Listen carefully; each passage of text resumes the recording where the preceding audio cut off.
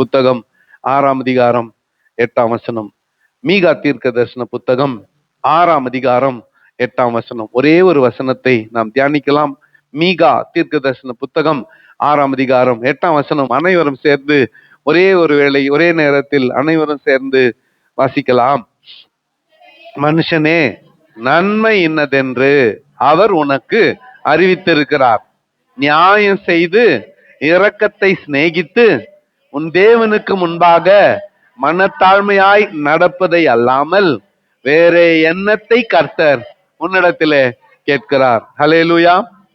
இப்போ பக்கத்துல இருக்கிறவங்கள பார்த்து, பக்கத்துல இருக்கிறவங்க கையை பிடிச்சிக்கின்னு ஒண்ணு பைபிளை பார்த்து அல்லது ஸ்கிரீன்ல வந்துச்சா ஸ்கிரீன்ல பார்த்து படிக்கிறீங்க. பக்கத்துல இருக்கிறவங்க மூஞ்ச பார்த்துக்கின்னு. ஏன்னா யார் பேச்சும் நம்ம கேட்கறது இல்ல. பாத்துக்க பார்த்து பார்த்து அது நம்மளுக்கு தான் ரெண்டு பக்கமும் பார்க்க தெரியுமே. மனுஷனே, நன்மை இன்னதென்று அவர் உனக்கு அறிவித்திருக்கிறார். நியாயம் செய்து இரக்கத்தை சிநேகித்து உன் தேவனுக்கு முன்பாக மனத்தாழ்மையாய் நடப்பதை அல்லாமல் வேற என்னத்தை ஆண்டவர் என்ன தருவீர் நீர் எனக்கு? இது வழக்கமான கேள்வி இல்ல? ஆண்டவரே, நீர் எனக்கு என்ன தருவீர்? ஆபிரகாமே கேட்டான். நல்லா கவனிங்க, நான் ரொம்ப நேரம் பேச போறது இல்ல, சுருக்கமா முடிச்சிருவேன். எல்லாம் பசியா இருக்கிறீங்கன்னு எனக்கு தெரியும். ஆனா முன்கூட்டியே நான் ஆயத்தை பத்திட்டேன் இல்ல. இது என்ன மீட்டிங், என்ன தேங்க்ஸ் கிவிங், ஆகவே லேட்டா தான் ஆகும்னு சொல்லிட்டேன். முன்னதாகவே தெரியும். ஆகவே நீங்க என்ன பண்ணிருக்கணும், அதுக்கு ஆயத்தமா வந்துருக்கணும். சாப்பாடெல்லாம் 2:30 மணிக்கு மேல தான் சொல்லிட்டு வந்துக்கணும். பிரச்சனை இல்லை. பசி இல்லாம ஆண்டவர் நம்மள வழி நடத்துவார். ஃபர்ஸ்ட் ஆபிரகாமே கேட்டான், ஆண்டவரே, நீர் எனக்கு என்ன தருவீர்? எப்போ?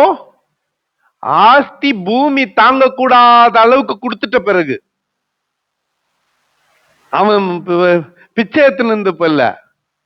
ஆபிரகாமும் லோத்தும் ஒன்னா சேர்ந்து வாழ முடியல.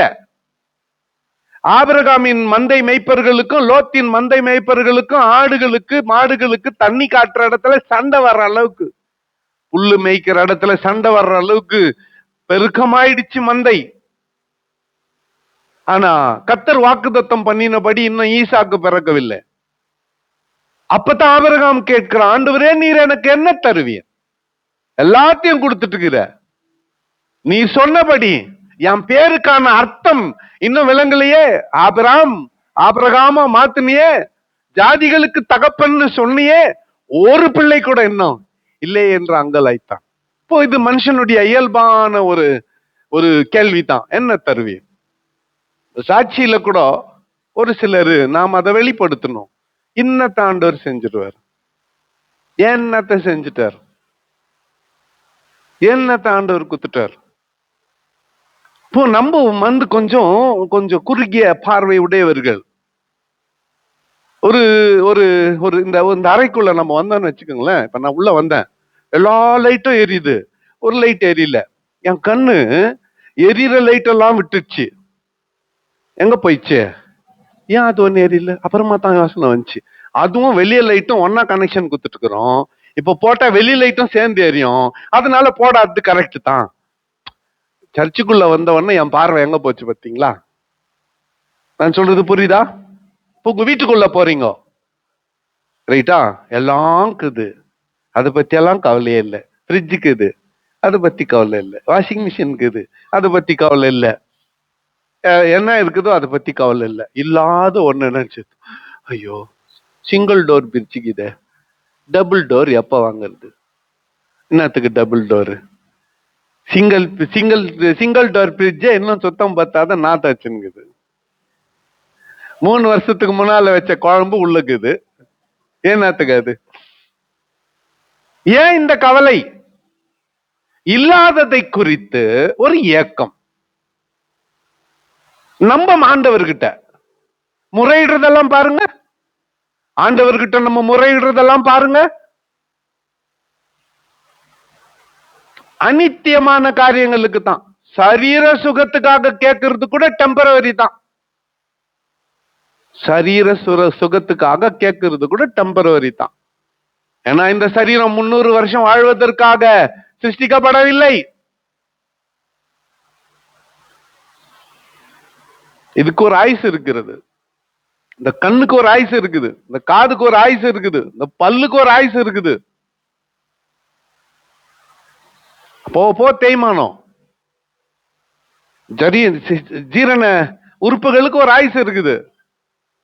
எல்லாத்துக்கும் ஒரு ஒரு ஒரு ஆயுசு இருக்குது. அது தேய்மானம் அடைந்து கொண்டே தான் இருக்கும்.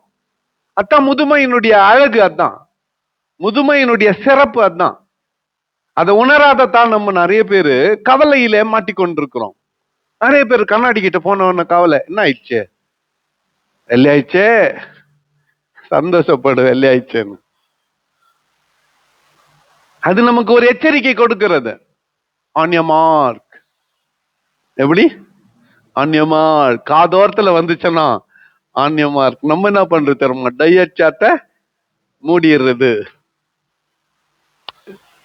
வெளி உலகத்துக்கு மூடிக்கோ, உள்ளத்துக்கு தெரியட்டும். சைட்ல வெள்ள வந்ததும் ஆன் யுவர் மார்க் அப்படின்னா தெரியுமா, விசில் அடிக்கிறதுக்கு முன்னால கெட் ரெடி கோன்றாங்களே, அந்த ரெடி. அது இப்ப நிறைய கேள்வி மனுஷனுக்குள்ள, என்ன தருவீர் என்ன தருவீர். ஆண்டவர் அதே கேள்வி கேட்கிறார். என்ன கேட்க, என்னத்த உங்ககிட்ட கேட்க போறேன், என்னத்த கேட்க போறேன். இது ஒரு டைலாக், ரொம்ப இயற்கையான டைலாக் தானே, இயற்கையா பேசுது தானே. ஆமா தானே, என்னத்த கேட்க போறேன்பா, நான் சொத்தியா எழுதி வச்சு கொடுன்னு கேட்க போறேன். கிறிஸ்துமஸ் வருது, நான் கேட்க போறேன் ஒரு அப்படின்னு. நம்ம அந்த அந்த கேட்கிற ஒன்றை, ரொம்ப சுலபமாக்கி கேட்கிற ஒன்றை தீர்க்கதரிசியின் வாயிலாக கர்த்தர் நம்மள பார்த்து கேட்கிறார். வாங்கிட்ட நான் என்னத்த கேட்க போறேன், கேட்டா உன்னால என்னத்த கொடுக்க முடியும், what can you give me. ஆண்டவர் கேட்கிறார், என்னத்த உன்னால கொடுக்க முடியும், என்னத்த நான் உங்ககிட்ட பெருசா எதிர்பார்க்கிறேன். கொஞ்சம் இந்த மீகா தீர்க்கதரிசியின் குறித்து கொஞ்சம் பேக்ரவுண்ட பார்த்தோம் அப்படின்னு சொன்னா,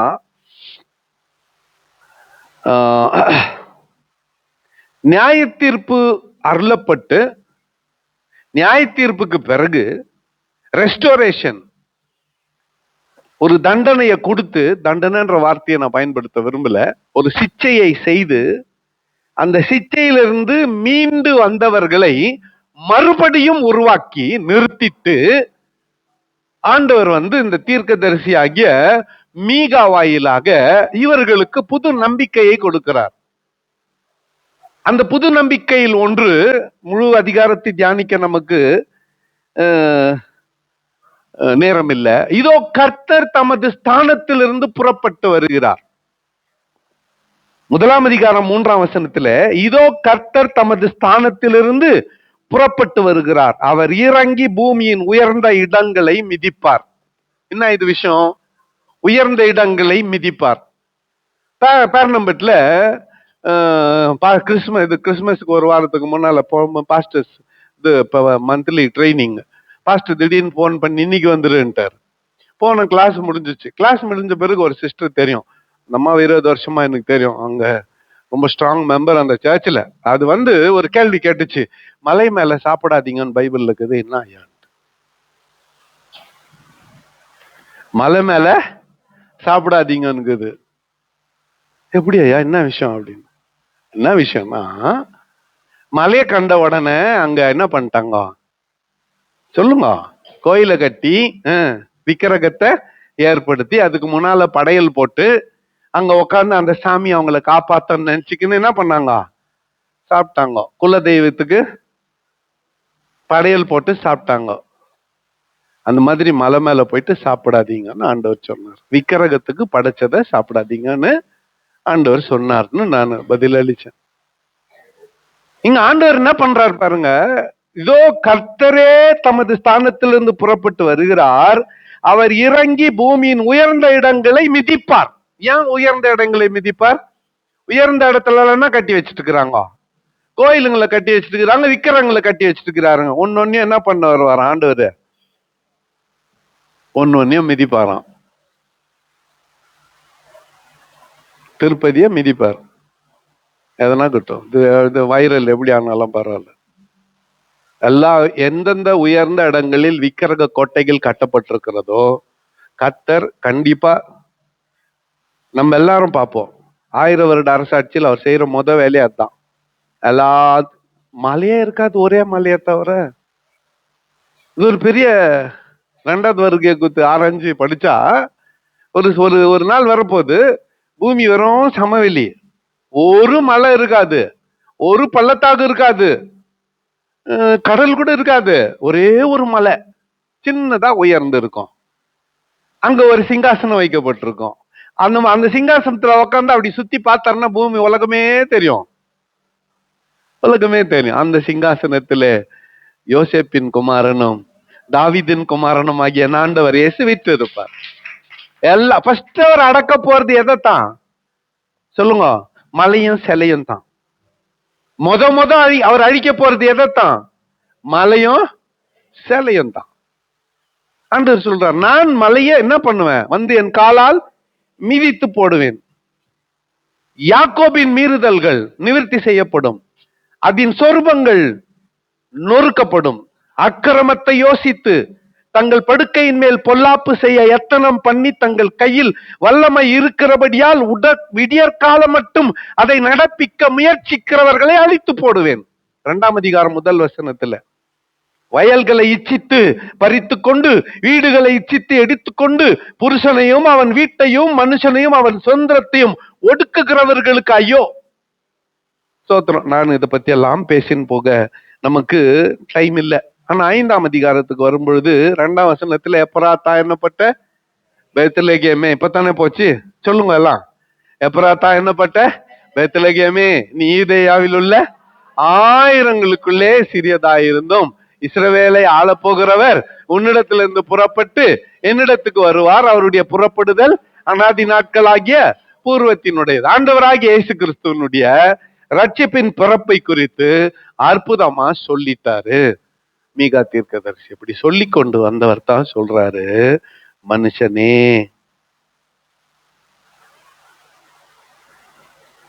மனுஷனே, நன்மை என்னதென்று அவர் உனக்கு அறிவித்திருக்கிறார்.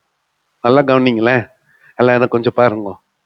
நம்ம மனசாட்சிக்கு சத்தியமா தெரியும் நம்ம பண்றது தப்புன்னு. இந்த சர்ச்சில் வந்து உக்காந்துக்கிறல்ல, உன் மனசாட்சிக்கு சத்தியமா தெரியும் நீ பண்றது தப்புன்னு. ஆனா வீம்புக்கு வேணுன்னே பழிய தூக்கி இன்னொருத்தர் மேல போடுறதுக்கு நீ பேசுவது, நடந்து கொள்வது. நீங்க இல்ல நானு. ஆனா நீங்க என்ன கோச்சிக்கிங்க, என்னத்தான் சொன்னாரு, நம்மளுக்கே அந்த வேலை. நான் தான் தப்பு, நான் தாம்பா தப்பு, நான் தாம்மா தப்பு, நீங்க இல்ல, நான் தான் தப்பு, நானே மன்னிப்பு கேட்டுக்கிறேன். அப்படி சொல்லி பாருங்க. அதான் ஆண்டவர் சொல்றாரு, இப்படி சொல்லு, இப்படி சொல்லு, நன்மை என்னதென்று அவர் உனக்கு அறிவித்திருக்கிறார். உனக்கு தெரியாத இல்ல, சத்தியமா 100% உனக்கு தெரியும். தெரிஞ்சுன்னு தான் நீ பண்ற. நான் சொல்ல, மீகா தீர்க்கதரிசி சொல்லு, தெரிஞ்சுதான் பண்ற. And you definitely know. ஒரே விஷயம் இல்ல, நான் நாளைக்கு என்ன வரப்போகுதுன்னு உனக்கு தெரியல. நன்மை நான் தெரியும், நாளை குறித்து உனக்கு தெரியாது. ஆண்டவர் மறைச்சு வச்சுட்டாரு. யாருன்னா சொல்ல முடியுமா நாளைக்கு இதுதான் நடக்கும்னு? யாருன்னா சொல்ல முடியுமா இருக்கிறவங்க நாளைக்கு இதுதான் நடக்கும்னு? யாராலையும் சொல்ல முடியாது, என்னால கூட சொல்ல முடியாது. எப்படி சொல்றதுன்ற ட்ரைனிங் ஆண்டவர் கொடுக்கல. பைபிள படிக்கிற ட்ரைனிங் குத்தாரு, பைபிள போதிக்கிற ட்ரைனிங் குத்தாரு, தீர்க்க தரிசன வசனத்துக்கு சொன்னாரு, எந்த வசனத்தை எப்படி தொடர்பு பத்தணும்னு சொல்றாரு. நாளை குறித்து ஆண்டவர் சொல்லவில்லை. நாளைய நாள் நாளைக்கு பார்த்துக்கோன்ட்டாரு, இன்னைக்கு வரலும் பாருன்ட்டாரு. நாளை என்ன நடக்கும்னு உனக்கு தெரியாது, நன்மை என்னதென்று அவர் உனக்கு அறிவித்திருக்கிறார். என்ன அது? நியாயம் செய்து. ஃபர்ஸ்ட் என்ன சொல்லுங்க, சொல்லுங்க, என்ன சொல்லுங்க? நியாயம் செய்து, நல்ல கூட்டணி அமைத்து ஜெயிக்க பாரு. எப்படி? சத்தமே காணோம். அப்போ எல்லாரும் என்ன கூட்டணியில இருக்கிறீங்கன்னு தெரியுது.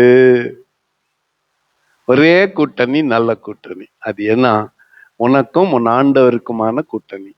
You and your God. அதுதான் நல்ல கூட்டணி.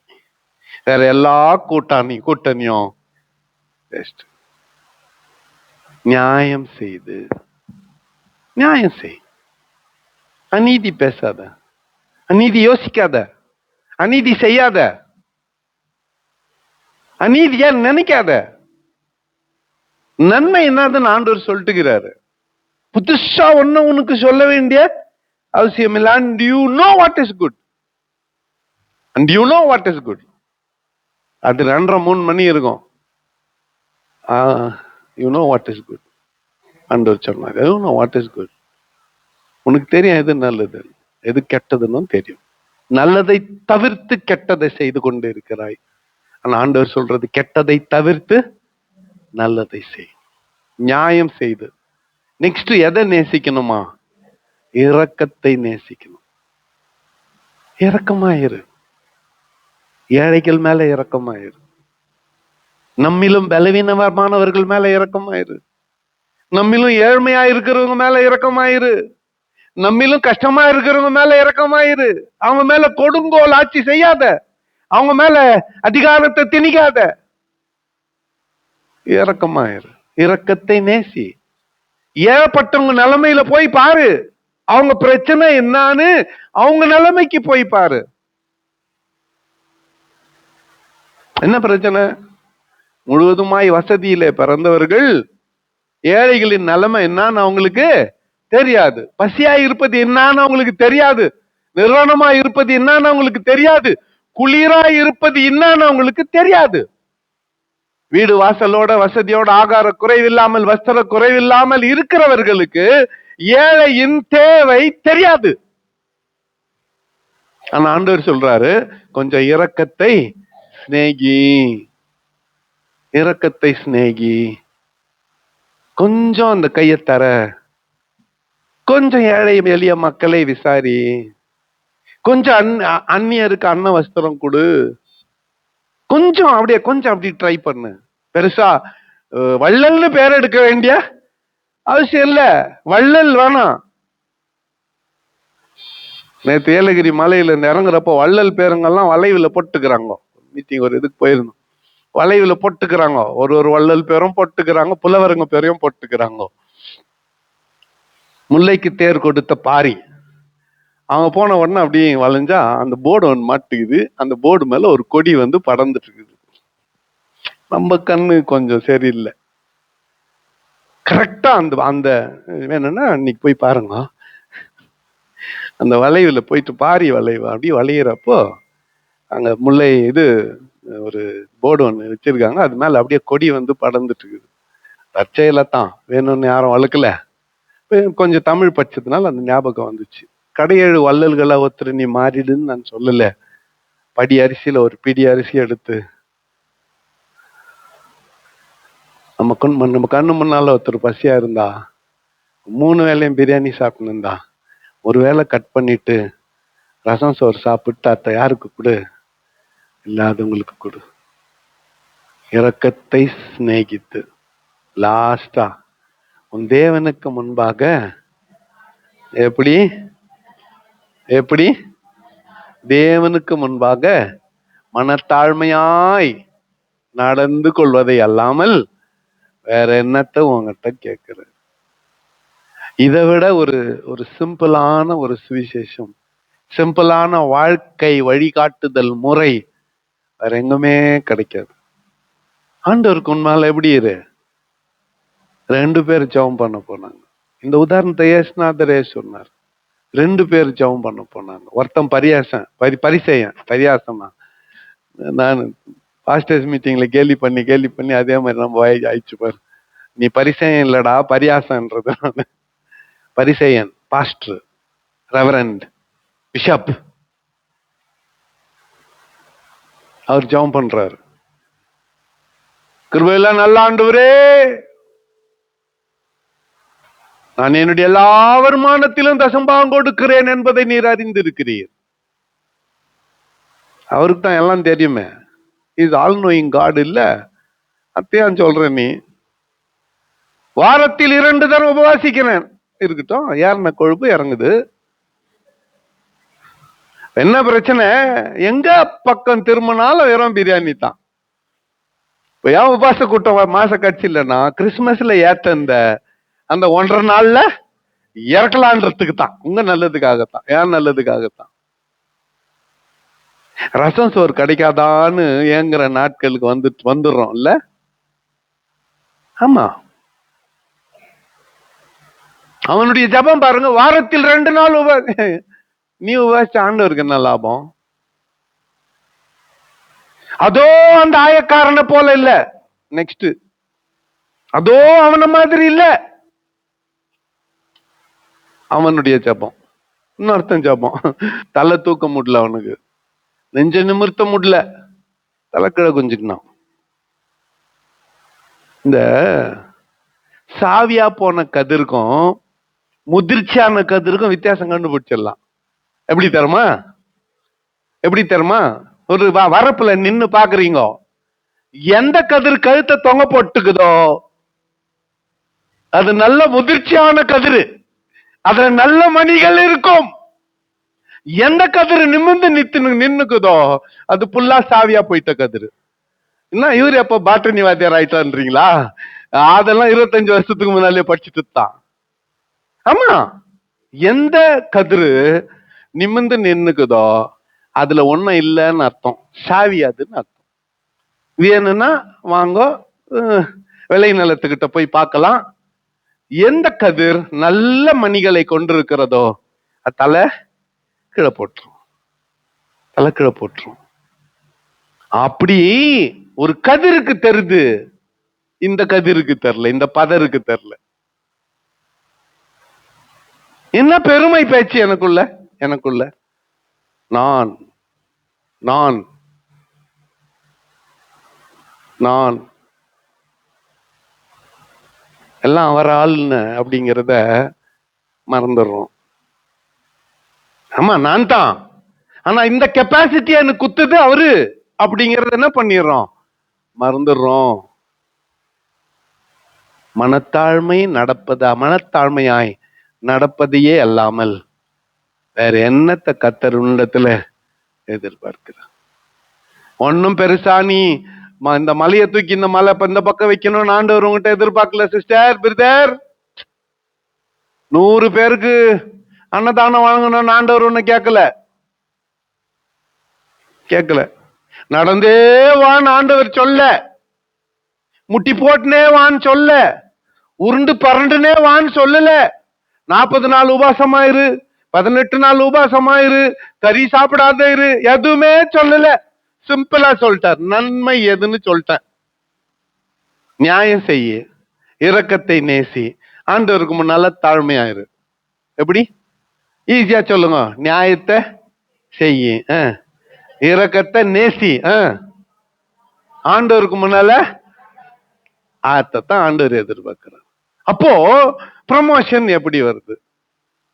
ப்ரமோஷன் எப்படி வருது? ஓசிஆர்னு சொல்லுவாங்க, கான்ஃபிடென்ஷியல் ரிப்போர்ட். ஒரு டிபார்ட்மெண்ட்ல ஒரு 10 பேர் வேலை செய்யறாங்க, 2 பேருக்கு ப்ரமோஷன் கொடுக்கணும்னு வந்துடுச்சு.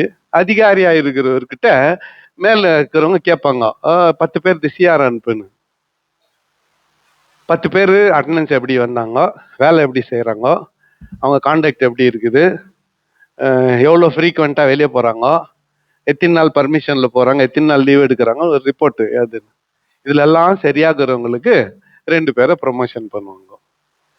அந்த சிஆரை பார்த்து, கான்ஃபிடென்ஷியல் ரிப்போர்ட்டை பார்த்து ப்ரமோஷன் பண்ணுவாங்க. நல்லா கவனிங்க, பரிசுத்தாவியானவர் சிஆர் எதிர்வரு, ப்ரமோஷன் கொடுக்கிறவர் தேவனாகிய கர்த்தர். அவருக்கு கண்டிஷன் பாக்குறாரு. என்ன கண்டிஷன் பாக்குறாரு? நியாயத்தை செய்து, இரக்கத்தை சிநேகித்து, ஆண்டவருக்கு முன்னால மனத்தாழ்மையா நீ நடந்துக்கினா ப்ரமோஷன் கம்மத் ஃப்ரம் த லார்ட். கர்த்தத்துவம் அவர் தோளின் மேல இருக்கும். அது ப்ரமோஷனை ஆசீர்வாதம்னா நினைச்சுக்கோ, சம்பள உயர்வுன்னா நினைச்சுக்கோ, அதாவது இன்கிரிமெண்ட்னா நினைச்சுக்கோ, அப்பாயின்மெண்ட்னா நினைச்சுக்கோ, பிள்ளைக்கு பொண்ணுக்கு கல்யாணம்னா நினைச்சுக்கோ, கடன் பிரச்சனையிலிருந்து விடுதலைனா நினைச்சுக்கோ, சரீர சுகம்னா நினைச்சுக்கோ, உன் தேவை எதனா நினைச்சுக்கோ, அத்த ப்ரமோஷனா நினைச்சுக்கோ. அது பெற்றுக்கொள்ள ஒரே வழி, ஒரே ஒரு வழி, ஒரே ஒரு வழி. நன்மை என்னதென்று அவர் உனக்கு சொல்லி இருக்கிறார். நியாயம் செய்து இரக்கத்தை சிநேகித்து ஆண்டவருக்கு முன்னால எப்படி மனத்தாழ்மையாய் நடந்து கொள்வது இல்லாமல் வேற என்னத்த ஆண்டவர் உங்ககிட்ட பெருசா எதிர்பார்க்கிறார்?